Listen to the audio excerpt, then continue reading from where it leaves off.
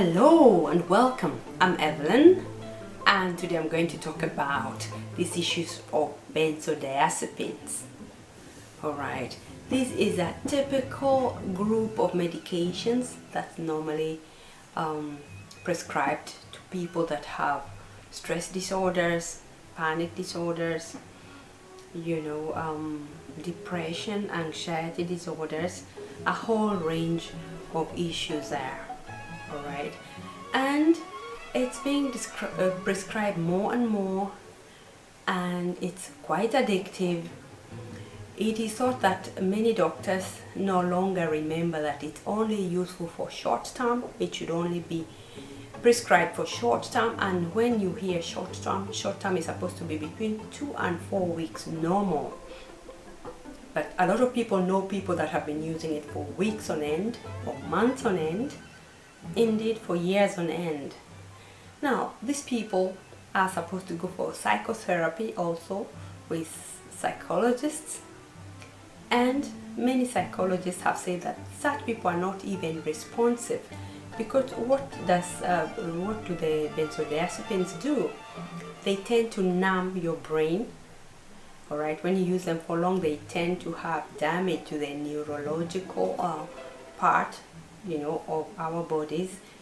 And so if you go to a psychologist, you are just stuck, you are dumb, your memory is not good, you are not responding soon enough, you are not able, the people with post-traumatic disorders, for example, are not able to move on because you are using a medication there that is numbing everything and you're not getting far.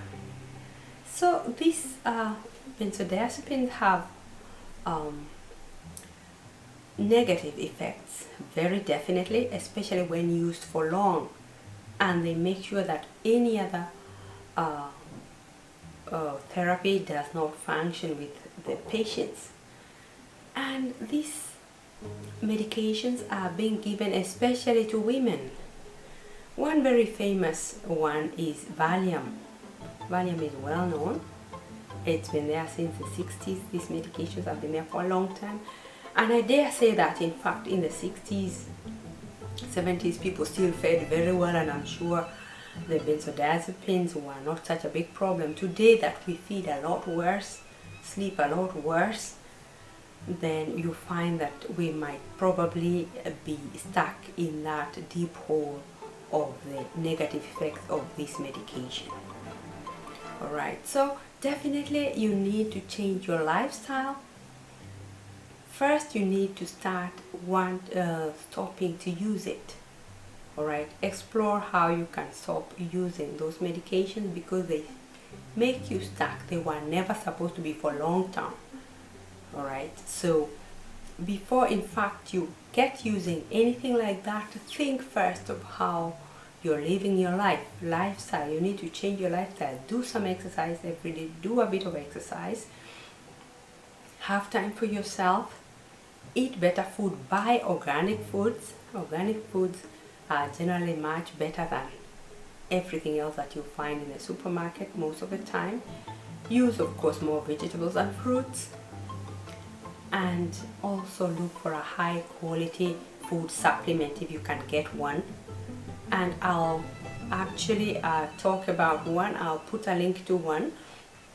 It has also been said that to overcome anxiety and depression, you need things like, a lot of good foods and trace elements like magnesium, zinc, alright, calcium, which helps to absorb magnesium.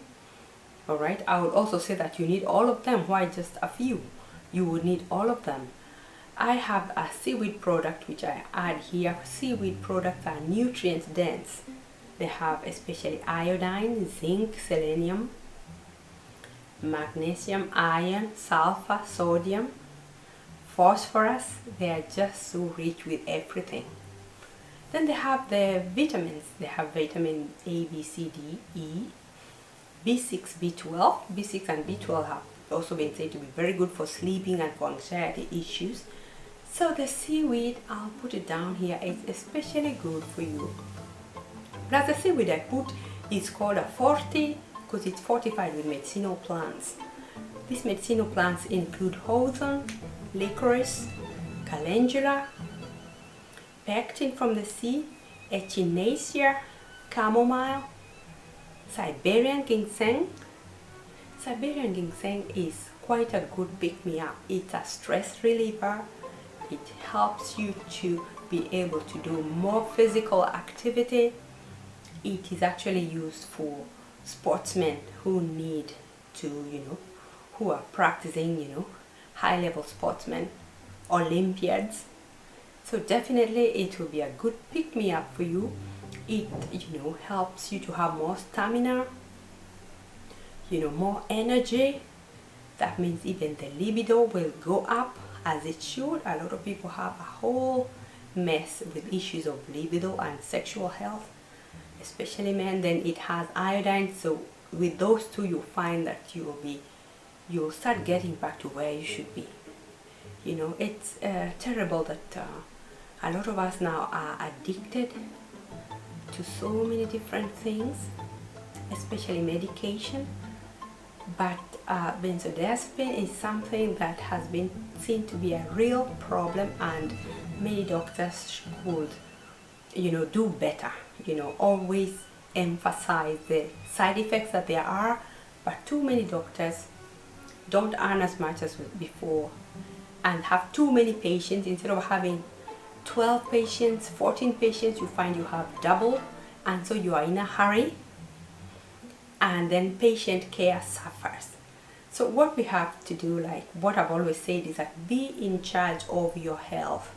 So before you consider a Valium or a sister medication, think about your lifestyle. Think how you can do some yoga, some breathing techniques.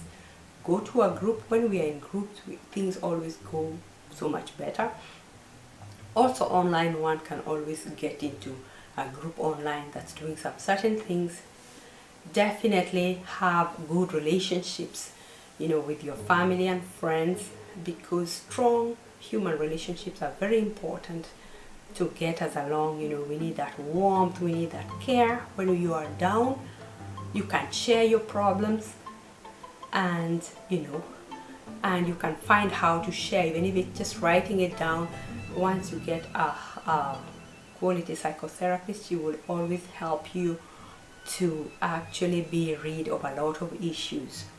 But the issue is that if you are on benzodiazepine for so long, you are not going to be responsive to a lot of the psychotherapist therapies that your psychologist or some other person in this sector will try to use on you. So definitely you will find that benzodiazepine will be putting you back, will be keeping you stuck, will be an addiction, and it's no way to be. So definitely you need to get over it and move on, and I wish you the very best of health.